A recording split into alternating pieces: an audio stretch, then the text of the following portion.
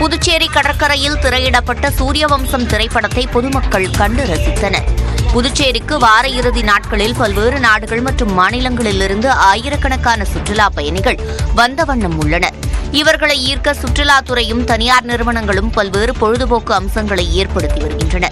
அந்த வகையில் touring talkies என்ற புதிய நிகழ்ச்சி தொடங்கப்பட்ட நிலையில் கடந்த ஒரு மாதத்திற்கு முன் புதுச்சேரி கடற்கரையில் விண்ணை தாண்டி வருவாயா திரைப்படம் திரையிடப்பட்டது. அதனைத் தொடர்ந்து நேற்று நடிகர் சரத்குமாரின் மெகா ஹிட்டான சூரியவம்சம் படம் திரையிடப்பட்டது.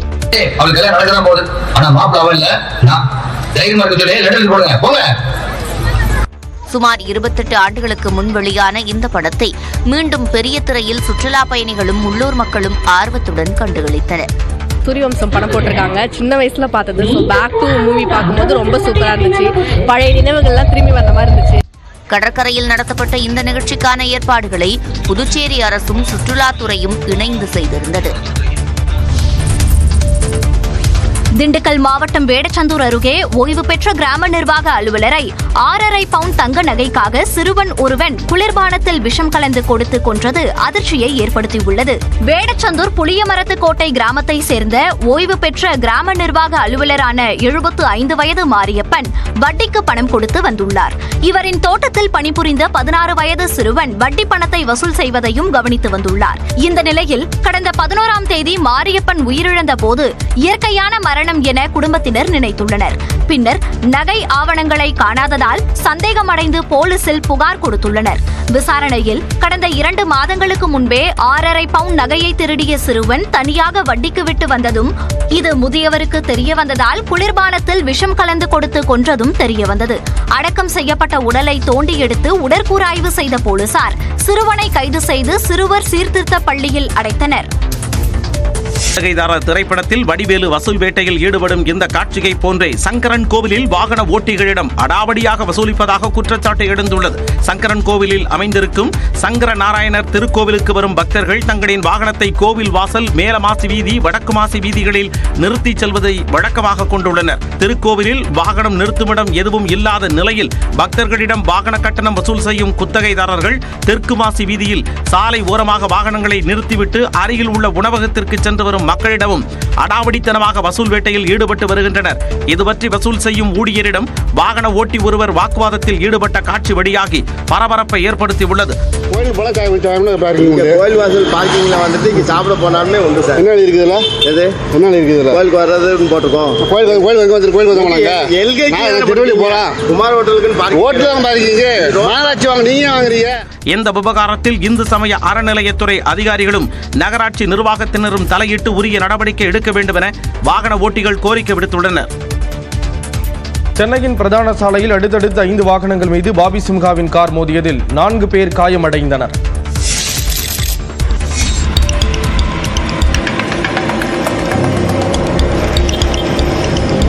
சென்னை கத்திப்பாரா மேம்பாலம் அருகே மதுபோதையில் அதிவேகமாக காரை ஓட்டி விபத்தை ஏற்படுத்திய வழக்கில் நடிகர் பாபி சிம்ஹாவின் கார் ஓட்டுநர் கைது செய்யப்பட்டார். ஜிஎஸ்டி சாலை வழியாக கத்திப்பாரா மேம்பாலம் அருகே அதிவேகமாக சென்ற Benz car 2 bike, auto, car என அடுத்தடுத்து வாகனங்கள் மீது மோதிவிட்டு சென்றது.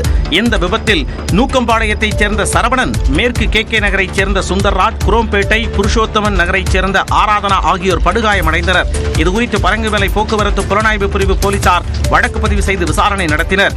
அதில் விபத்தை ஏற்படுத்தியது நடிகர் பாபி சிம்ஹாவின் கார் என்றும் அவரது ஓட்டுநரான பெரம்பலூர் மாவட்டம் லப்பைக்குடியாடு பகுதியைச் சேர்ந்த புஷ்பராஜ் என்பதும் தெரியவந்தது. அவர் மதுபோதையில் காரை ஓட்டி விபத்தை ஏற்படுத்தியது தெரிய வந்ததை அடுத்து அவரை போலீசார் கைது செய்தனர். மேலும் காரும் பறிமுதல் செய்யப்பட்டது. தெலுங்கானா மாநிலம் வாராங்கல் அருகே சுங்கச்சாவடியின் மீது லாரி மோதியதில் ஊழியர் படுகாயமடைந்தார். ஹைதராபாத் வாராங்கல் தேசிய நெடுஞ்சாலையில் ரகுநாதப்பள்ளி அருகே கொம்மலா பகுதியில் உள்ள சுங்கச்சாவடியில் பணியாளர்கள் வழக்கம் போல தங்களது பணிகளை செய்து கொண்டிருந்தனர். காலை 9 மணி அளவில் அதிவேகமாக வந்த லாரி ஒன்று ஊழியர் அமர்ந்திருந்த கண்ணாடி அறை மீது மோதியதுடன் கார் ஒன்றின் மீது மோதியது.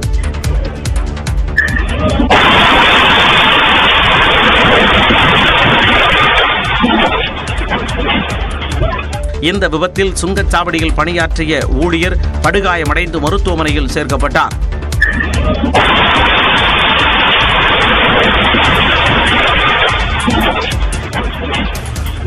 விபத்து தொடர்பாக காவலர்கள் நடத்திய விசாரணையில் லாரி ஓட்டுநர் மதுபோதையில் இருந்தது தெரிய வந்தது.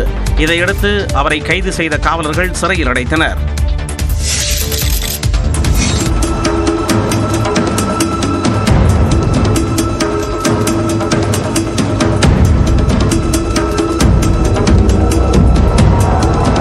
திமுக ஒன்றிய குழு உறுப்பினரின் கணவரை இளைஞர் ஒருவர் கத்தியால் வெட்டிய பரபரப்பு காட்சி இது.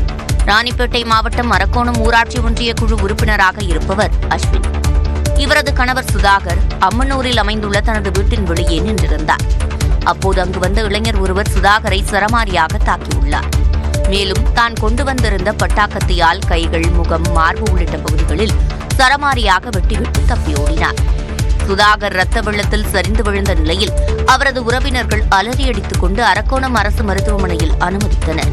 பின்னர் மேல் சிகிச்சைக்காக சென்னை அரசு மருத்துவமனைக்கு அனுப்பி வைத்தனர். இதனிடையே சுதாகரை தாக்கிய அவினேஷ்குமார் என்ற இளைஞர் அரக்கோணம் டவுன் காவல் நிலையத்தில் சரணடைந்துள்ளார். தனது தாயை திட்டிய ஆத்திரத்தில் போதையில் இருந்த இளைஞர் சுதாகரை வெட்டியது விசாரணையில் தெரியவந்துள்ளது.